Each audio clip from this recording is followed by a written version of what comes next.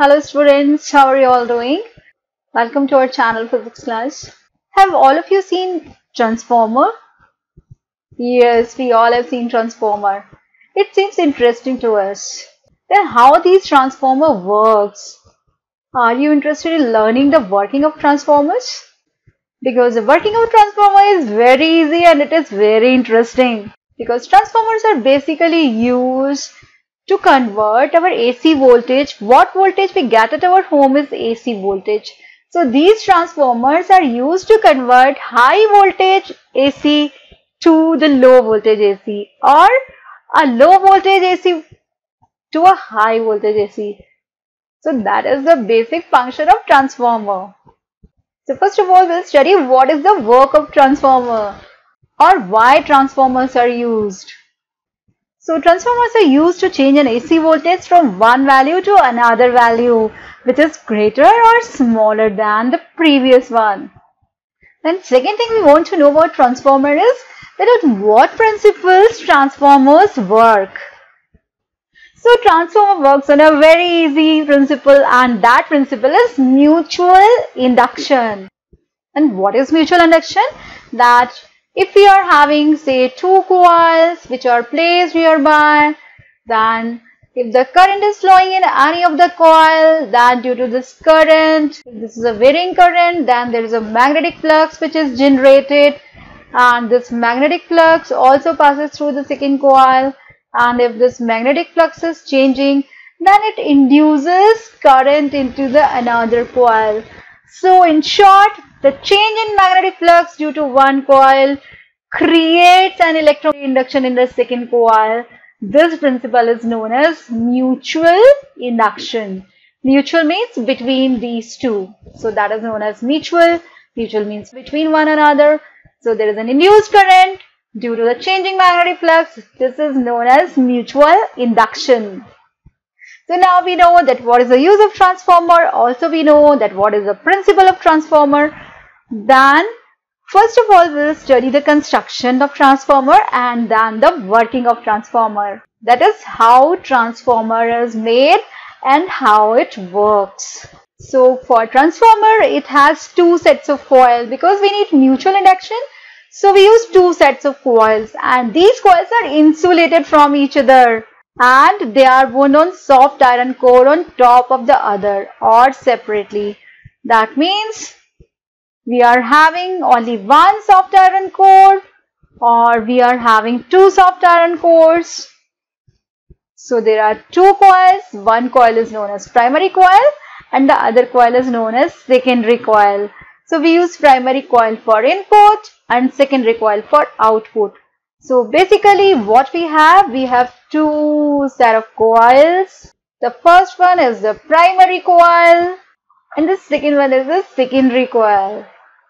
And we have iron core. So this primary coil works as input and secondary coil works as output. So whatever we are giving, that input is given to primary coil, and whatever is the output we are getting, it is coming through the secondary coil. So primary is input and secondary is output. And also we have iron core. So that is all about the construction. Now we will make a diagram of transformer. So this is a soft iron core, and on this soft iron core we have to use two coils. Say this is the primary coil which we are representing with the blue color. So these are the wire which are wrapped around this iron core, and on the same soft iron core we have to make the secondary coil which will be used for output. So this we are showing with green color. So we use a green color. So these are the wires. These wires we have to wrap around in the same iron core. So this is our primary coil and this one is our secondary coil. So here we have two coils, primary and secondary, and these are on top of each other. So that is one way of making the transformer. And in the second way we use a soft iron core, and we will use this primary coil and secondary coil on different limbs of the core. So first of all we will make a core, So this is a soft iron core, and here we'll wrap the primary coil. So this is our primary coil, and on another limb we will use the secondary coil. So that is two different ways we can make the transformer. Here we have two coils on top of each other, and here we have two coils on separate limb of core. So these are the two easiest ways from which we can draw a transformer, and now we will study how it works. So now we will see the working. So just go to the diagram. We have one primary coil, we have one secondary coil, and here also we have a primary coil and a secondary coil. So whatever is the input we have to give, that is to be given to the primary coil, and whatever is the output we will get from the secondary coil. So we have to change the AC voltage. We have to convert the AC voltage from high to low or from low to high. So we apply AC voltage to the primary coil. So what we do, we apply the AC voltage which is to be changed to the primary coil. And due to this applied voltage, the current is flown into the primary coil, and there is a magnetic flux related to this bearing current. So this magnetic flux, it flows through the secondary coil, and in the secondary coil there is an induced EMF, and this induced EMF will depend on the number of turns in the secondary coil. So let us say that the number of turns in the primary coil is N suffix P for primary, and the number of turns in the secondary coil is N suffix S is for secondary coil. So AC voltage is applied to the primary coil, and due to this AC voltage there is an alternating magnetic flux. Because AC voltage is sinusoidal, it is having alternate positive and negative amplitude. So this produces a varying current, and due to this alternating current there is an alternating magnetic flux, and this alternating magnetic flux induces EMF, and this induced EMF depends on the number of turns in the secondary coil. So that is how the working of the transformer takes place. So now we'll do the mathematical part. Let us say phi is the flux in the each turn in the core at time t due to the current in the primary coil when voltage Vp is applied to it. So what happens, say we can take this transformer or we can take this transformer, it is one and the same thing. So let us say to the primary coil we are applying the voltage Vp. So if Vp voltage is applied to the primary coil, that is an alternating voltage, AC voltage. So due to this alternating voltage, the current is alternating. So there is a magnetic flux, and this magnetic flux is also alternating. So due to this alternating magnetic flux in the secondary coil, we have the induced EMF E. And this induced EMF will depend on the number of turns in the secondary coils. And we are saying that phi is the flux in the each turn of the core at time t. And this flux phi is due to the voltage applied to the primary coil. So now we can write down the induced EMF or induced voltage in the secondary coil, ES. So this is equal to minus NS d phi by dt, because this is the formula of mutual inductance. So whenever there is a mutual inductance, the induced EMF E is equal to minus N d phi by dt. And N is the number of turns in the coil. So here we are using the secondary coil.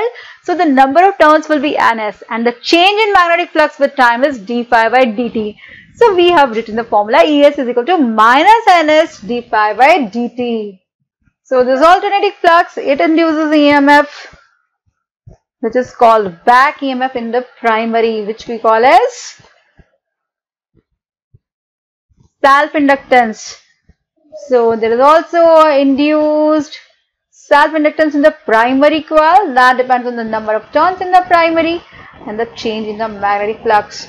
So this formula we got from mutual inductance, and this we got from self-inductance. So write it down here that you have to use the formula of mutual inductance here, and if it is producing a flux or EMF in the secondary coil, then it will also produce an inductance or induced EMF in the primary coil. So there is mutual inductance in the secondary coil and self-inductance in the primary coil. So these are the two formulas. This is the EMF in secondary coil and this is the EMF in primary coil. But whatever is the induced EMF or induced voltage is equal to the voltage that is the primary voltage. Because if it is not like this, then the primary current will be infinite because the primary has zero resistance. So we say that if it is having the zero resistance, then whatever is the self-inductance, the EMF due to self-inductance, that is equal to the voltage applied to the primary coil. So if we take the secondary coil as an open circuit or the current taken is very small, then we can say that whatever is the induced EMF in the secondary coil is the voltage in the secondary coil. So we can replace this ES with VS and this EP with VP. So if we replace this, what we get? So writing ES is equal to VS, we have VS is equal to minus NS d phi by dt. And for the primary coil, we have Vp is equal to minus Np d phi by dt. So if we take the ratio of Vs and Vp, then this is equal to d phi by dt cancels out and minus also cancels out. So we have this ratio is equal to Ns upon Np. So that is very simple, that whatever is the variation between the secondary and primary coil is equal to the number of ratio of turns of the secondary and primary coil. So if you want to make the secondary voltage higher, you have to take the secondary coil with large number of turns, and if you have to make the secondary voltage low, then you have to take the secondary coil with the low number of turns. Right? You got it? So this is the result for the transformer. Always remember this result, that Vs upon Vp is equal to Ns upon Np. The ratio of voltage is the ratio of number of turns of the coil. And also when we are deriving this result, we are taking three assumptions. What are the assumptions? First assumption is that the primary resistance and current are small. The resistance in the primary coil and the current in the primary coil are small. This is our first assumption for this result. Our second assumption is that the secondary current, the current in secondary coil is small. So these are the two assumptions, and the third assumption is that same flux links the primary and secondary coil because very little flux escapes from the core. So these are the three assumptions. Resistance of primary and current of primary are very small. The current in secondary is very small, and the flux that is linked with both the coil is same because very little flux escapes from the core. Now we'll study about the efficiency of transformer. So let us go to the efficiency. Efficiency means how brilliantly transformer works. So if we say that the transformer is having the efficiency of 100%, that means our transformer is 100% efficient and there is no energy losses. So whatever the power we are giving to the transformer, the same power we will get out from the transformer. So the power input will be equal to power output because there is no energy loss. So whatever the power we will give, the same power we will get at the output. And the power is P is equal to I into V. So power input is given to the primary and power input is taken from the secondary. So this is power input is equal to power output. And we know P is equal to I into V. So put the value. Current in primary, voltage in primary is equal to current in secondary and voltage in secondary. That means these two power are same. So from here, we take the ratio of current in primary and secondary, that is equal to the voltage of secondary and primary. And this we know that the transfer principle is Vs upon Vp is equal to Ns upon Np. That means the ratio of power is equal to the ratio of voltage in inverse, and that is equal to the ratio of number of turns. So we can say that if the current and voltage, because this is the AC voltage, so the AC current and these are oscillating current, they are having equal amplitude of negative and positive values. So if both of them are oscillating with the same frequency, so we say that the current and voltage, these both oscillates with the same frequency. So we can write down Vs is equal to, from here if we calculate the value of Vs, then Vs is equal to Ns upon Np into Vp. And from here if we calculate the current, then Is is equal to Np upon Ns into Ip. So what we conclude, that the ratio of voltage in the secondary and primary is equal to the ratio of number of turns in the secondary and primary. So as we know that the working of transformer is to change the voltage. So if you want to step up the voltage, that means if you want to get the high voltage from the low voltage. So what we call as, this is known as stepping up. Stepping up means whatever we are giving to the primary voltage and we want the greater voltage at secondary coil. That means whatever the voltage we are giving to the primary coil, at the secondary we want the higher voltage. So this is known as stepping up. So if you want to step up the voltage, then the secondary voltage should be higher, and if the secondary voltage is higher, that means we have to take the number of turns in secondary coil higher. So if the secondary coil has larger number of turns or greater number of turns than the primary coil, then, so if the number of turns in the secondary is greater than the number of turns in the primary, then the voltage is stepped up or it is increased, and this transformer is known as stepping up transformer. So if it is a stepping up transformer, that means that the number of turns of primary and secondary is always less than 1, because Ns is always greater than Np. That means Is upon Ip will be also less than 1. That means the current in secondary coil is always less than the current in the primary coil. So if these conditions are satisfied, if the voltage in secondary is greater than the voltage in primary, then this is known as a stepping up transformer. And if the case is just reverse, that means the number of second coils in the secondary turn is less than the number of turns in the primary coil, then the voltage is stepped down. That means we are giving voltage to the primary coil, but whatever we are getting at the secondary coil is always less voltage than the voltage given at the primary coil. So this is known as the voltage is stepped down.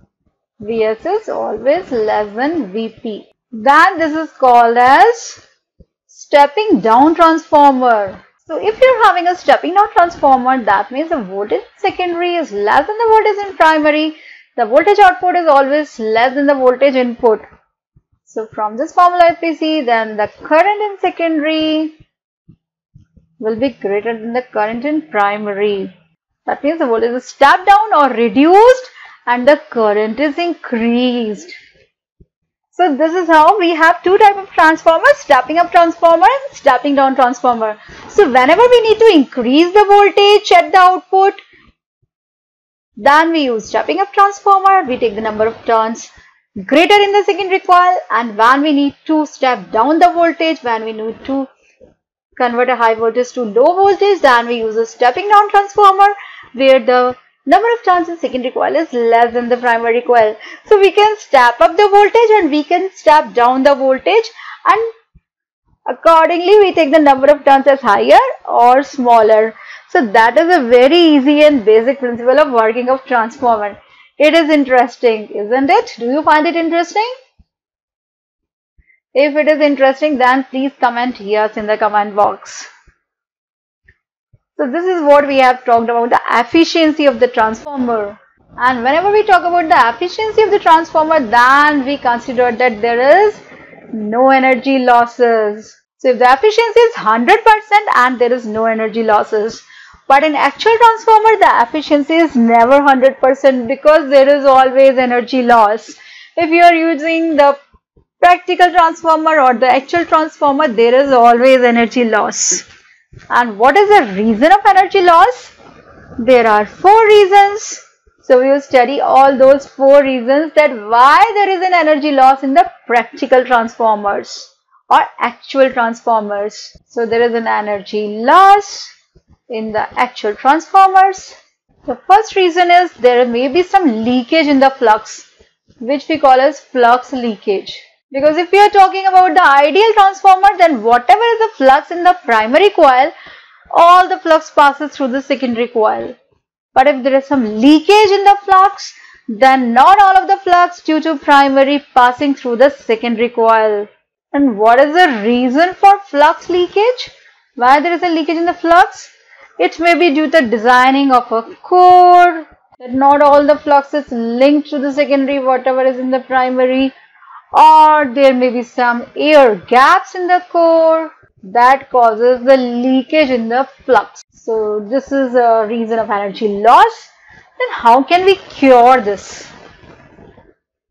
How can we cure the leakage of flux? So we can cure it. What do? We wind the primary and secondary coil over one another. Then there is no chance of having a fault in the core design or having some air gaps. So what we do the winding of primary and secondary coil over one another, and this is how we can reduce the flux leakage. The first reason is very simple and the cure is also very simple. Do you agree with me? Then the second cause of energy loss may be the resistance of the windings. The wire we use for windings, it has some resistance, and when the current flow, then there is some heat produced, and due to this heat produced, there is an energy loss. So this heat energy loss is I square R. Then how can we cure this heat energy loss? It is produced with the resistance of the windings. So we can use thick wires, because the formula resistance R is equal to rho L upon A. So if we are having the high cross section, then the resistance is small, and smaller the resistance, then small is the heat energy loss. So to avoid the resistance of the windings, energy loss due to heat, we can use thick wires. That is the cure. So these are two very easy energy losses and very interesting cure. Now come to the third. Third is the eddy currents. Eddy currents are the very interesting formula which are produced due to electromagnetic induction into the conductors. These are moving currents, circulating currents in the conductor. And if you want to know about eddy currents, I have a whole lecture on eddy currents, and that is very interesting. And you can find link in my channel, and description is given in the description box. So alternating magnetic flux, it induces eddy currents in the iron cores, because the iron is the conductor and we are using iron core. So it produces circulating current in the iron core, and due to eddy currents there is also heating. So in the previous one there was a heating due to resistance, and now it is heating due to eddy current. So what is the cure? We can cure it by laminating the core, because if we laminate the core, then it will not induce circulating current in the conductor, and thus the heat produced will be very less. The fourth energy loss is due to hysteresis. Hysteresis, when we have the linked magnetic field and magnetization, and they are lagging behind. So hysteresis is always observed in ferromagnetic materials, and it also causes a heating up of the core. So what happens in hysteresis? The magnetization of core is reversed repeatedly by alternating magnetic field, and whatever the energy is used, it appears as the heat in the core. So again there is heat energy loss due to the hysteresis. So how can we cure this hysteresis heat loss? So we can keep it minimum by using a magnetic material which has low hysteresis. So there are four main reasons. First is the flux leakage, and the next three are the heat energy loss due to the resistance of the windings, due to the eddy current, or due to the hysteresis which are present due to the soft iron core. So the flux leakage we can reduce by winding the coils over each other, and to reduce the resistance we can use thick wires, or we can laminate the core so to avoid the eddy currents, and to avoid the hysteresis we can use any of the magnetic material which has low hysteresis. So these are the 4 different type of losses that happens in the actual transformer, and these are the different cores. That means if you are different cures, so that means if you are going to design in any of the practical transformer, then you have to keep in things all these cures in mind, and keeping in mind these things, you have to design a transformer. So now you know what is a transformer, what is the construction of a transformer, how it works, what is the uses, and what are the basic things that causes energy loss in the actual transformer, and how can we design a good transformer with a high efficiency. So where we use transformer, what happens? We have actually seen the transformer near to our home. So why these transformers are installed here?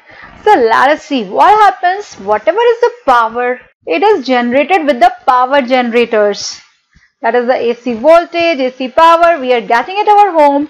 It is generated by the power generators. Now this power which is generated from the generators, it is to be reached to the customers, to our home, and for the transmission. So these are to be transmitted to our home.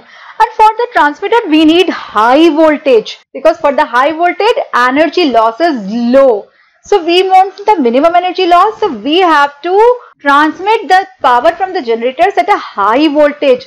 So to make the voltage high, we use step-up transformer. So for the generators, we connect the step-up transformers. So when the step-up transformer is used, then the current is reduced. And if the current is reduced, then the energy loss I square R is low. That means energy loss is low. Then it reaches near to the customers. So when it reaches near to the customers, that means near to our home, then it is to be supplied to our homes. That means it has to reach our home. So when it is to be supplied at our homes, then what do you know? That our home, we get the voltage at around 240 volts. So it is 240 volts, then it is to be stepped down. We have to make the voltage low up to 240 volts that it can be used at our homes in the electrical appliances. So it is to be stepped down. So here we have to use a subtraction of the voltage, or step down of the transformer, or step down of the voltage. So from the generators we use a step-up transformer for the transmission, so that it reaches near to the customers. And after reaching to the near customers, it is to reach to our home. So then we use a step down transformer. So what are the transformers you see near to our home are all step down transformer. They are stepping down the high voltage coming from the power transmission lines to a low voltage that is coming directly to our home, and we can direct away utilize. So this is how from the power generator house to our home. First it is used for stepping up, making the voltage high for transmission, and then it is lower down before reaching our home using the stepping down transformer. So for the transformer, each and every point I have explained to you. If you like the lecture, please comment in the comment box as yes. I will be very happy to see your comment. And if something is not clear to you, then please mention the thing that you want to learn more or that you want to elaborate more. So if you want to be perfect in this lecture, just go through it fully and then try to remember it. All the best, and don't forget to subscribe our channel so that you will receive notifications for more such interesting lectures. So keep studying, keep happy, keep growing.